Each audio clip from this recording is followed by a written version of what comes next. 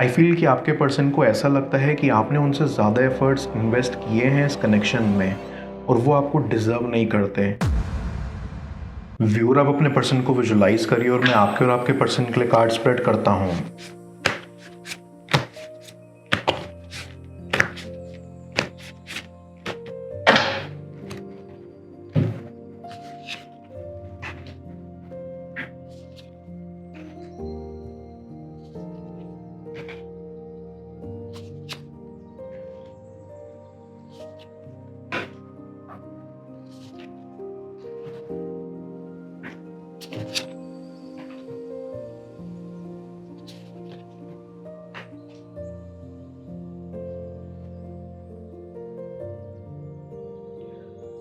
I can sense कि आपका connection बहुत ही खूबसूरत था शुरुआत के दौर में।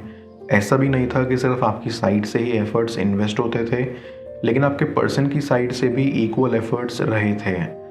कुल मिलाकर आप दोनों एक दूसरे के साथ बहुत खुश थे, बहुत फन करते थे और सुख दुख में साथ रहते थे। लेकिन जैसे हर चीज़ को एक ना एक दिन ख़त्म होना ही होता है, वैसे ही आपके कनेक्शन के साथ भी कुछ ऐसा ही हुआ। आई कैन फील कि आप दोनों की लाइफ में बहुत स्ट्रेस आ गया था, करियर को लेकर, जॉब को लेकर, फैमिली को लेकर, जिस वजह से आप दोनों ही इस कनेक्शन को वक्त नहीं दे पा रहे थे। और उसी वजह से आपके बीच में मिसअंडरस्टैंडिंग्स भी हुई और आर्ग्यूमेंट्स भी हुए और एट द एंड कनेक्शन बिखर सा गया। आई सेंस कि आपको बहुत हर्ट हुआ होगा, क्योंकि कोई भी खूबसूरत एहसास अगर यूं आखिर में आकर ख़त्म हो जाए या यूं लगे कि आप उस खूबसूरत पलों को दोबारा नहीं जी सकते, तो आप बिखर से जाते हो और सेम आप भी वैसा ही फील कर रहे हो। आई सी कि आपका पर्सन बहुत बिजी हो गया था, उनके बहुत बड़े बड़े सपने थे, उनके कुछ खास गोल्स थे जो उनको पूरा करने थे किसी भी हालत में, और उनको प्रमोशन भी चाहिए था जॉब में। इसीलिए उनके लिए बहुत ज़्यादा मुश्किल हो रहा था इस कनेक्शन को संभालना, क्योंकि वो अपना पूरा अटेंशन नहीं दे पा रहे थे। और जब उन्होंने सोचा कि अब उनसे नहीं हो पाएगा, तब उन्होंने आपको छोड़ दिया, जो कि गलत है। आई गेट अ वाइब कि यहाँ पर थर्ड पार्टी इन्वॉल्वमेंट भी था। आई फील आपका पर्सन आपको बाद में इग्नोर करने लगा था, क्योंकि उनकी लाइफ में कोई ऐसा आ गया था जो उनके सपनों को लेकर उनको सपोर्ट करने लगा था, या यूं कह लीजिए कोई ऐसा इंसान जो उनके पास उनके गोल्स को पूरा करने के लिए एक आसान भरा रास्ता लेकर आया था, और उसी वजह से वो बहक गए और आपको अवॉइड करने लगे, क्योंकि तब उनके ऊपर सिर्फ खुद का जुनून सवार था। उनको ऐसा लगने लगा था कि उनके सपने ही सब कुछ हैं, और अगर उनको पूरा करने के लिए कोई आसान रास्ता लेके कोई आया हो तो उसको जाने नहीं देना चाहिए। एंड आई सी कि इस वजह से भी आपके बीच में काफ़ी मनमुटाव रहे थे, क्योंकि आपको लगता था कि आपका पर्सन उस थर्ड पार्टी के लिए फील करने लग गया था, लेकिन ऐसा कुछ भी नहीं था। हाँ, ये कह सकते हैं कि एक लस्ट वाली फीलिंग रही होगी या एक लालच भरा मन, लेकिन प्यार कभी नहीं था। प्यार उन्होंने सिर्फ आपसे ही किया था, बस वो यहाँ डगमगा गए थे।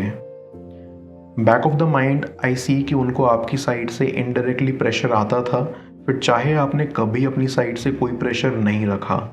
वो अपने वर्कलोड को लेकर इतना थक चुके थे कि उनको हर साइड से ही प्रेशर फील होने लगा था।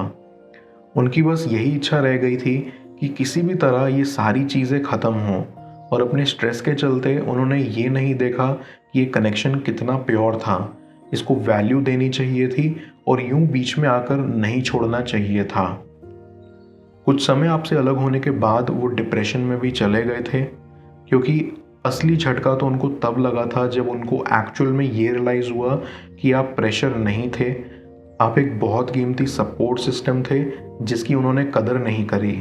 अब आपके पर्सन को ऐसा लगता है कि आपकी लाइफ कोई खेल नहीं है, कि जब चाहे वो आना चाहें तो आ सकते हैं और जब चाहे जाना चाहें तो जा सकते हैं।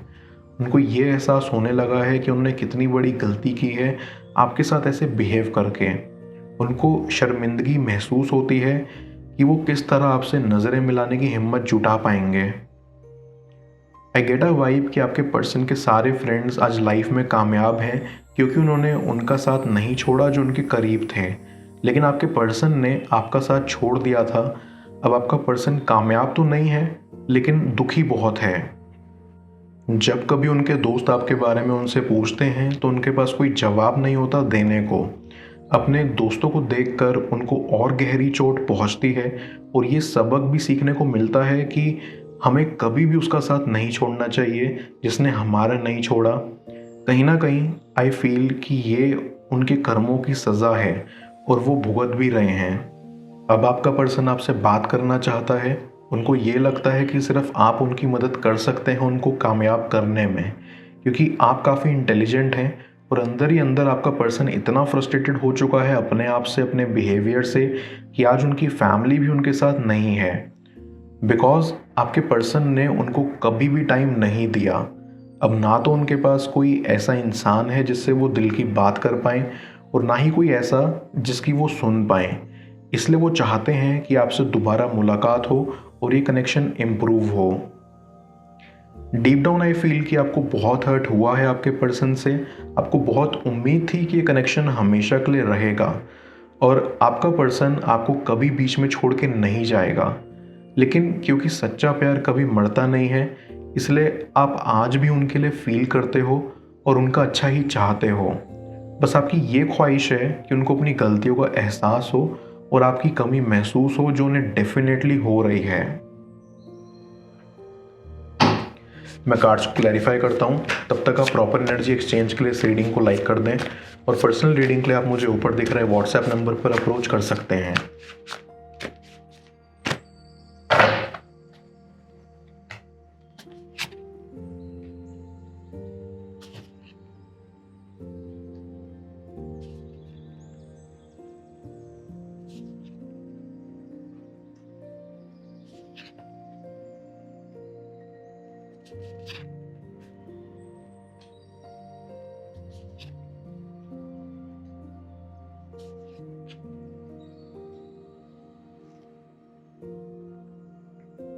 आई फील कि आपके पर्सन को ऐसा लगता है कि आपने उनसे ज़्यादा एफर्ट्स इन्वेस्ट किए हैं इस कनेक्शन में और वो आपको डिज़र्व नहीं करते। वो सोचते हैं कि उन्होंने आपको कभी उतना प्यार नहीं दिया जितना आपने उनको दिया और अब वो इस चीज़ को सुधारना चाहते हैं। वो चाहते हैं कि अब वो आपको अपना पूरा वक्त और अटेंशन दे पाएँ जो आप डिज़र्व करते हो। आई कैन सेंस कि आप भी उनको एक दूसरा मौका देना चाहते हैं और ये बहुत अच्छा साबित होगा आपके लिए, क्योंकि आपको एक क्लैरिटी मिलेगी इस सिचुएशन को लेकर। आपको समझ में आएगा कि आपका पर्सन क्या फील करता है और कैसी सोच रखता है आपको लेकर। फिर आप अच्छे से अपने डिसीजन ले पाएंगे कि आपको आगे क्या करना है। आई ऑल्सो फील कि आपका पर्सन, क्योंकि वो बहुत शर्मिंदा है अपनी हरकतों की वजह से, इसलिए वो आपके दोस्तों के ज़रिए आप तक मैसेज पहुंचा सकते हैं आपसे मिलने के लिए।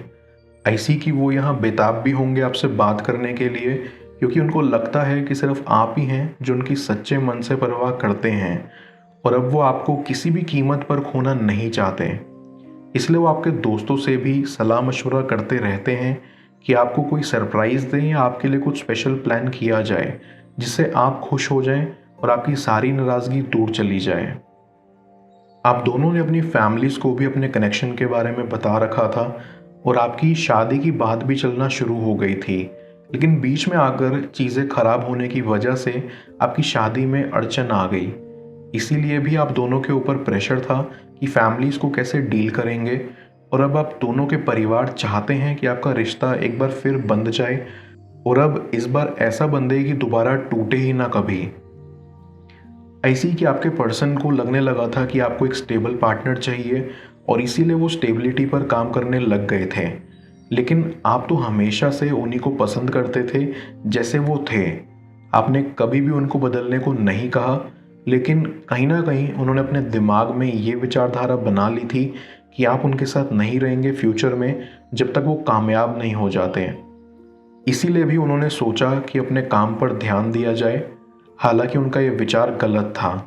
उनको आपको यूं बीच में नहीं छोड़ना चाहिए था, क्योंकि आपने तो हमेशा उनको सपोर्ट ही करा है, फिर चाहे सिचुएशन कैसी भी रही हो, बिना किसी उम्मीद के। बट आई बिलीव कि आने वाले दिन आपके लिए बेहद ही खास होने वाले हैं, क्योंकि जिस दिन का आपको इंतज़ार था वो आने वाला है। आपकी ज़िंदगी खुशियों से भरने वाली है, आपकी सारी परेशानियां चली जाएंगी। आपका पर्सन आपसे वो सब कह पाएगा जो वो कहना चाहता है और जल्दी आप दोनों के बीच सब कुछ ठीक हो जाएगा। मैं ओरेकल ऑफ द फेरीज की मदद से यूनिवर्स से आपके लिए एडवाइस पूछूंगा। देखते हैं यूनिवर्स आज आपको क्या एडवाइस करना चाह रहा है।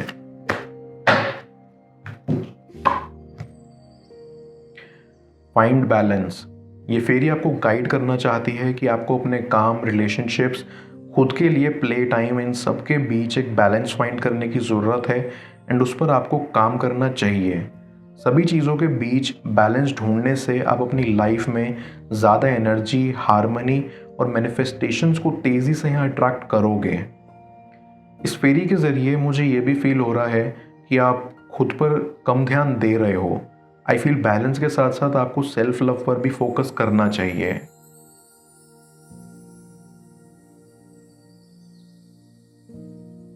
किस तरह उनके दिमाग पर आपके प्यार का भूत सवार होगा, जाने स्क्रीन पर शो हो रही इस अगली टैरो रीडिंग में।